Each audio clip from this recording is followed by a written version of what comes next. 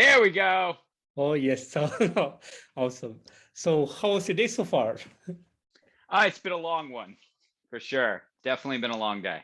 so, How so about you? How's everything uh, with you?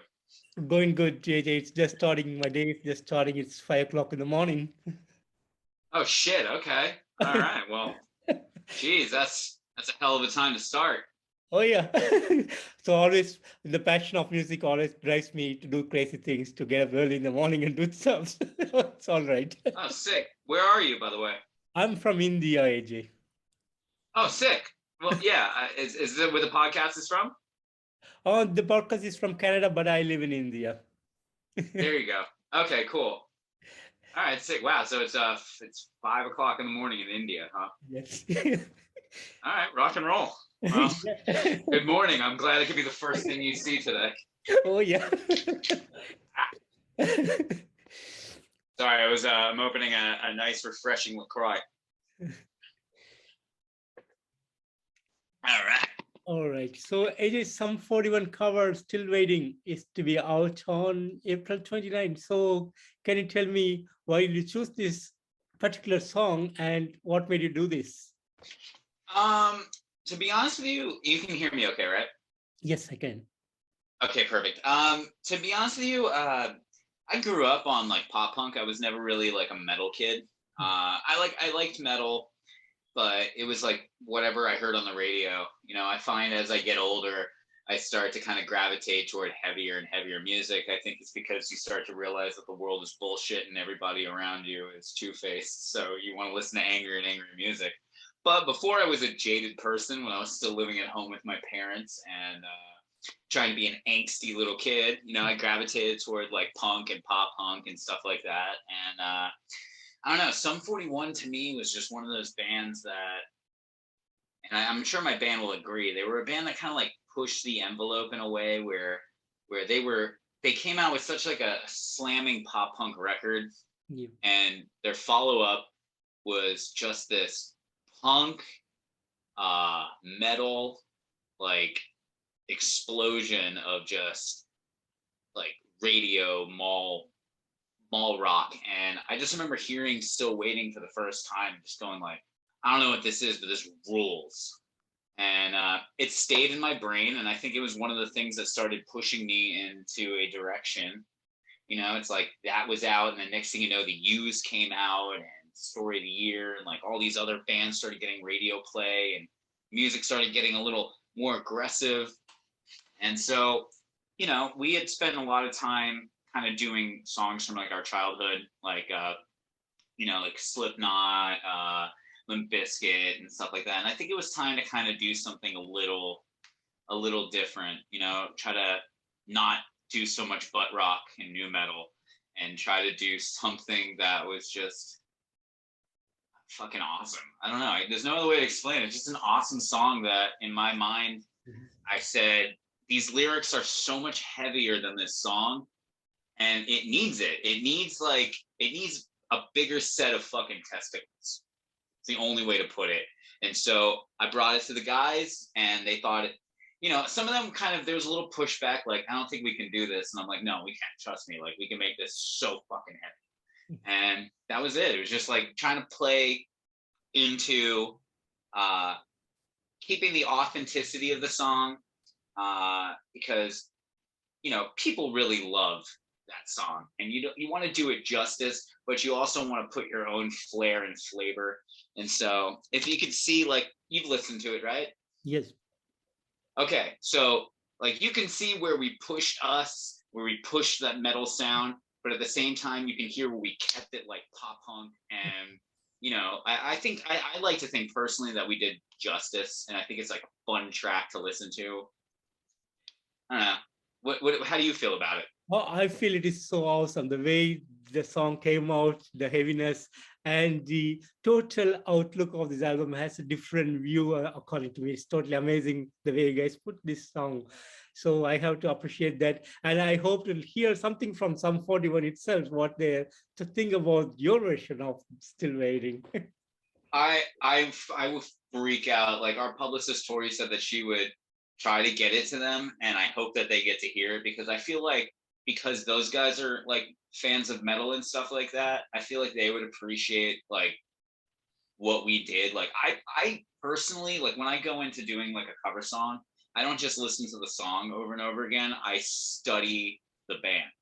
And so like I'll deep dive to try to find all those like nuances that vocalists in that kind of genre will go for. Like I'll like when we did Slipknot, I listened to nothing but Slipknot for an entire month to kind of get all of like Corey Taylor's cadence down, so I could figure out where I begin and he ends.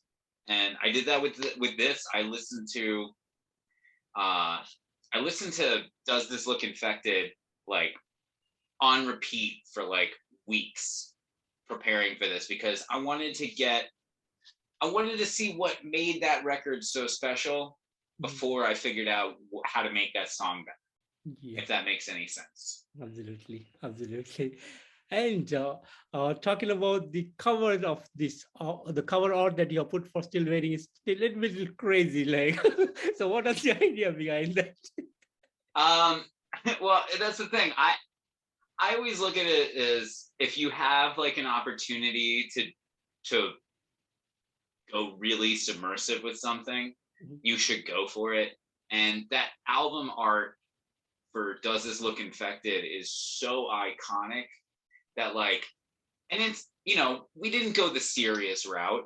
You got a choice. You can either go the serious route, but I felt like, we could have done like an anti-war kind of vibe to it, but I don't think people need that right now. Yeah. I feel like people need to distance themselves as far as possible from this whole situation over in the Ukraine, and they just need something entertaining, something that makes them feel good while it's still pushing like a very political message. And so, and we're not really like those guys. We're not like a political fucking band.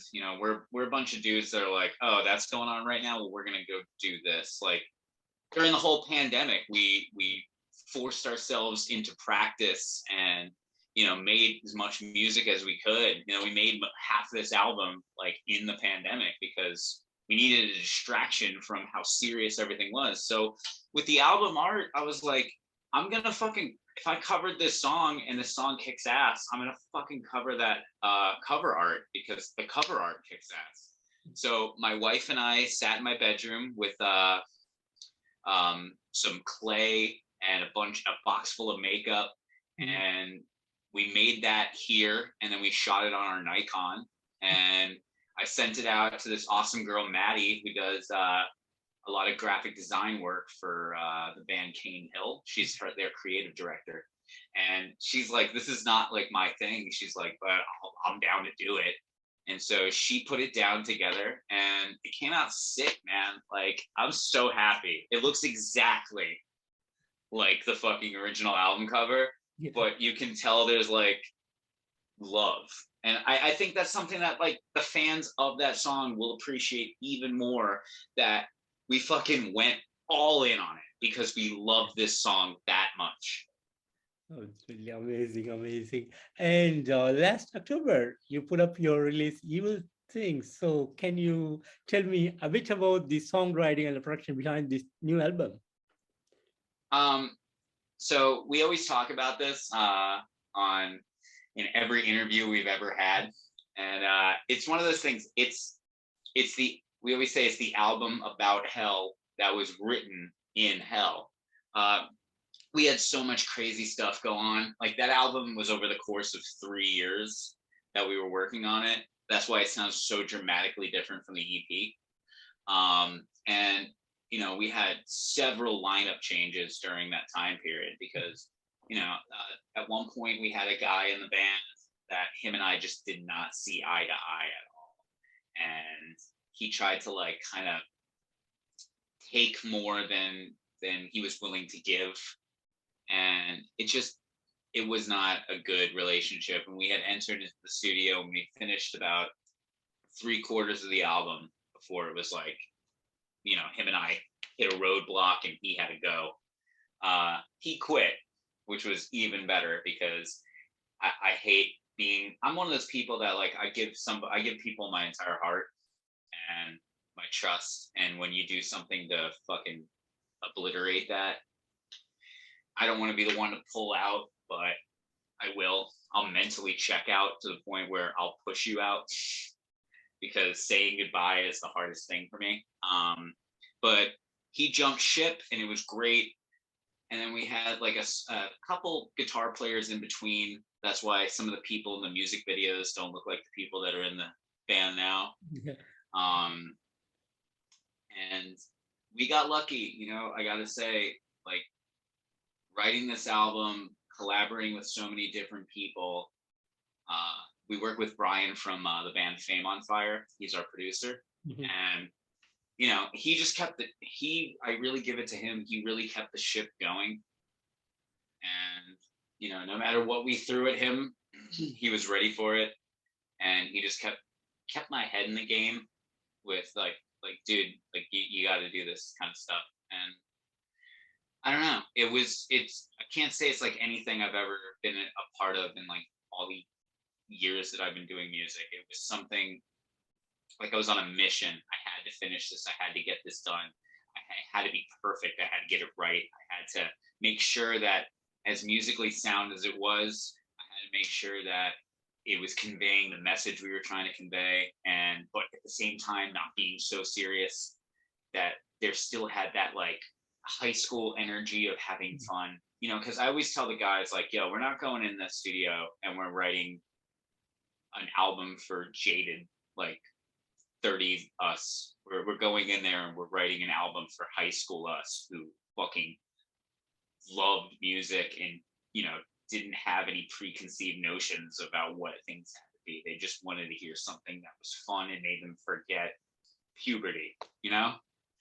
You know, your body's changing and all you want is something to sing along to. Yeah. Or something to cry into a pillow over. So that's what we did, man. We went in there and we made something fully submersive, you know, something that, you know, it combined a little bit of everything that we love. Amazing, amazing. And I need to talk about your video, Sell Your Soul. A great Yes. video. There's horror metal and so much of fun inside of the song. So can you tell me a bit about the making of the video? Uh, so okay. Well, as you know, I do most of the producing on the music videos, and I do a lot of the treatment writing. So with that one, I actually my one of my best friends, his name is Nick Richmond. He's a director out in Hollywood. Him and I actually got together. We always said we were gonna have a project. Like we said, one day we're gonna write a project. Nick's like a comedy writer, and you know, him and I've always wanted to work together. He's been in a couple of my music videos. You know, when he used to live here before he went out to La La Land. And we always said we would get together and we'd write something. We'd do something awesome. So the opportunity arose. I had this idea. Nick is really good at making parodies. Him and I both like adore Mel Brooks. And so I was like, what do you think of this idea? I want to do a Mel Brooks style parody about Wolf of Wall Street. And I want it to be about a demon buying and trading souls in an office. And he's like, I want to do that. And I was like, you understand that this is gonna be a big commitment. He's like, I will fly in. He's like, but we're gonna have to sit down and really write. And I never had that experience before. You know, like when you're coming together with treatments, you put together a couple ideas. This was like, we had a script, we had shot lists, we had to location scout. Like it took 4 months, 3 months of like seriously meeting every week, writing for hours together over Zoom, coordinating his flight, coordinating all the locations, ordering the makeup, getting the props, and like all those locations and all those exotic cars and all that stuff. We shot that in the middle of the pandemic. So that was literally me just begging people for favors. Like we got that, you would never even believe. It looks like a $50,000 music video. We ended up shooting that for $2,800, which is like nothing, you know, as far as like a music video of that landscape. Like the Ferrari that I'm driving in the video, that's my friend Brandon's Ferrari. The office we shot in is one of my clients' offices. The yacht was a friend of mine named Jordan. He's a yacht captain. He let us use it. It was just all calling in favors and begging people to let us use it. And I just remember we're on set the first day, and I'm putting on that devil makeup, and I'm just like, holy shit, I manifested all of this, and this worked. Like, I don't know how we're here, but now we're about to go to 3 back-to-back days of shooting this. And by that third day, by that last shoot, when we shot all the green screen stuff, which is the intro, which I don't know if you know this, we're not actually in hell. That's a green screen. Once we did all that, like, I was burnt out. I was so done, but I could not believe in that very moment when we wrapped that I had pulled all this off, that Nick and I had pulled all this off.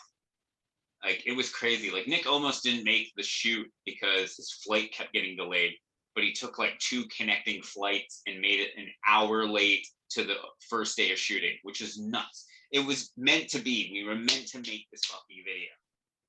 Amazing, amazing. And you also brought in Spencer Chalmers of Ice Nine Kills into this album. An amazing guy, again, great entertainer, back again with horror music again. So how does it feel to work along with him? Spencer and I have been actually friends for about 13 years. And I've kind of just spent, since I met him, just watching this man grow that project into what it is today. And that dude is one of the hardest working guys I've ever seen in my life. Guy's an actual maniac. He's a brilliant businessman. He's a visionary. And it's been cool to watch that because, you know, it's really inspired a lot of like the stuff that I'm going for now. You know, I'm not trying to do the same thing as him, but I mean, I am. I'm just trying to do my version of it. And it's cool to be able to watch somebody like just grab their dream by the fucking balls. And that man has, and it's so cool. It's so inspiring. So, you know, being that we've been friends and like talking about shit for a long time, and like I'm always asking him advice, it came up that I just kind of like mentioned to Brian from Fame on Fire. I was like, hey, you think we should ask Spencer to feature on a song? And he goes, why the fuck wouldn't you? And I'm like, I wonder how much he would charge. So I hit him up and I was like, hey, would you want to do this song? I sent him the track. And he's like, dude, for you, he's like, yeah. He's like, if it's a relatively small part, he's like, don't even worry about it. And I'm like, dude, that'd be awesome. And so he jumped on it. He actually recorded that himself in his bedroom, in his little makeshift home studio that he has, and sent it over to us. And then Brian mixed it. And it was just cool, man. Like, this dude who I intersected with 13 years ago at Warped Tour became this huge entity. And because we've been friends for so long, and he's really inspired everything that I'm doing now, it's just really cool to come together on something, even if it's just a small track that nobody listens to. Like, I have that forever. You know, it's something you can't beat. I'm screaming on a song that my friend is singing on. And that's how I kind of treat features. You know, it's like this album has Brian on the first track. It's got Spencer on Pride, and then it's got my friend Rain Paris on Between the Cracks. And it's just cool. It's like listening to a scrapbook. Wonderful. And do you have any plans to get back into the studio to make another album? Yeah, there's a lot of stuff in the works right now. We're getting in, and we're going to be making a lot of music over this starting at the end of this month. We're going right in, and we're going to be writing a whole bunch of songs with a producer that I can't mention yet. I'm very excited about that. And then we're going to come back here, and we're going to start hammering out new singles that hopefully we'll have out by at least one new single out by the end of the year. Sounds amazing. And how does the touring plans look for the band? No touring as of right now. Right now, we're just going to focus on music. And, we've actually never been on tour as this project. But that's okay, because when we do get on tour, I always tell the guys this. I go, don't worry about it, because once that fucking gate opens up, we're not going to stop. So No, right now it's just focusing on building as big of a catalog as humanly possible because I feel like people want that. You know, you want to find that song you connect with. So when you come to see us on tour, you'll be screaming those words at the top of your lungs. Absolutely, absolutely. And would you like to share how We Are Wolves actually formed and how you guys got together? Um, well, as you already know, I said that we had many lineup changes, and it's true. Like any great band, there's always a lineup change. You know, Metallica's had tons of lineup changes and stuff like that. Like Ice Nine has had tons of lineup changes. So uh, we actually started as a project that my guitar player Jeremy didn't even want me in, which rightfully so because he knows I'm a control freak. And so they were just making this music that was just so fucking sick. Like him and my our old friend Max, who used to be in the project, and I just wanted to be a part of it. And they were like, "You can't even do metal vocals," because they knew me as a pop punk singer who could kind of scream. And I was like, "Nah, I could do this." So I got together with another friend, and I made like a demo where I did the heaviest vocals humanly possible, like heavier than the shit we're doing now. And I showed it to them, and they were just like, "Holy shit!" And I was like, "Can I please be in this project?" And they're like, "All right, man, but we're not going to be wearing costumes or doing any of that stuff." And I was like, "Yeah, okay." So I don't know. We went from there. It started as a couple kids in a bedroom to now, you know, we have our own warehouse and we practice. And I don't know, it's cool, man. It's been a wild journey. You know, I always try to keep these guys in line, try to keep everybody motivated, and I always try to force feed comic books, horror movies, and you know, rock and roll. And I don't know. I think what's kept everybody together is the fact that I have such like a strong vision for everything that they're just like, I'm gonna follow this guy as far as I can take it. Wonderful, wonderful. And would you like to share some of the big moments that you had over the years? Uh, we play this event annually called Kraken Music Fest, and some of the best memories I have are playing with Kraken Music Fest because they have really opened the doors to us being able to play with people that we worship growing up. Like we just played with the Used, and that's fucking insane. And Story of the Year, and that's fucking insane. Like those are dudes that I'm here because of those dudes. And it was so surreal to get to meet those guys. Like that's some of the highest moments of my life. I don't know. I've met some of my best friends from being in this band. It's something weird. It's like as soon as I flipped from the pop punk kid to the metal kid, it's like everybody kind of went, "Oh wow, he's actually really good at this," and it's brought in some amazing humans. Like I'm thankful for everybody who's been a part of this journey so far. Like it's sick. Like I can't really name off the top of my head everything that we have done has been some of my favorite times of my life. We just played a horror movie convention during the opening of our album, Mhm. like right when we dropped it, and that was a dream come true. We played a fucking horror movie convention, one of the biggest in the world, and that was the sickest thing ever. Spooky, shout out to Spooky Empire, which they're probably not watching this, but I love Spooky Empire. Amazing, amazing, amazing. And in the future, when you go to live shows, so do you plan to want to give some kind of cinematic experience or some kind of stage performance to the audience, or it's gonna be just a normal concert kind of thing? For now, normal concert kind of thing. Like we play shows, they're normal concert kind of things. Like we're very like animated live band to begin with, but you better believe that when money starts coming in, I'm building sets and we're fucking wearing costumes. Wonderful, wonderful. And what would be the big dreams for Real Rules? And what's our big dreams? Yeah. To have a self-contained audience that is like-minded, and we can afford to do this as a career, so that I can make really cool music and really cool like comic books and action figures and have them sold in stores. And I don't know. I want us to be not necessarily the biggest band on the planet, but I want people to go, that band is fucking awesome. That's it. I just want to be an awesome band that can afford to be a band that makes a fucking honest living off of getting to be ourselves. Wherever that takes us, sick. But, you know, it's hard to say. I'm not one of those people who thinks way too far ahead, but I definitely want to be playing stadiums. Wonderful. Sounds amazing. And any plans in making movies? Yeah. I mean, my hero is Rob Zombie, so I'm trying to follow that man as much as humanly possible.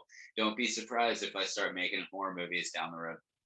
Oh, that's amazing, amazing to hear. And finally, what would be the message that you want to give to the fans around the world? Don't be a fucking dick to strangers. Don't be a dick to strangers. Leave your bullshit at the door and just be a decent human being. That's it. Just try. It costs you literally nothing to try to be a difference. As far as like with our band, if you're just discovering us, welcome. I hope you like it. And if you've been with us this whole time, thank you, because without you, I wouldn't be here on this podcast doing this interview and talking about my band. So this is sweet. Amazing, amazing. And I want to thank you so much for giving me today this opportunity to have this wonderful interview with you. It's a real pleasure talking to you. And thanks for making amazing music and videos to make us all happy and make this life a lot better. Thank you for that. Well, thank you for consuming the stuff I create. Thank you for enjoying, and thank you for wanting to interview me. I really appreciate all of that. And I'm glad that we got to meet. Oh yeah, my pleasure too. Take care of yourself and have a great evening. Take care. You too, man. Later. Take care. Bye-bye. Bye-bye.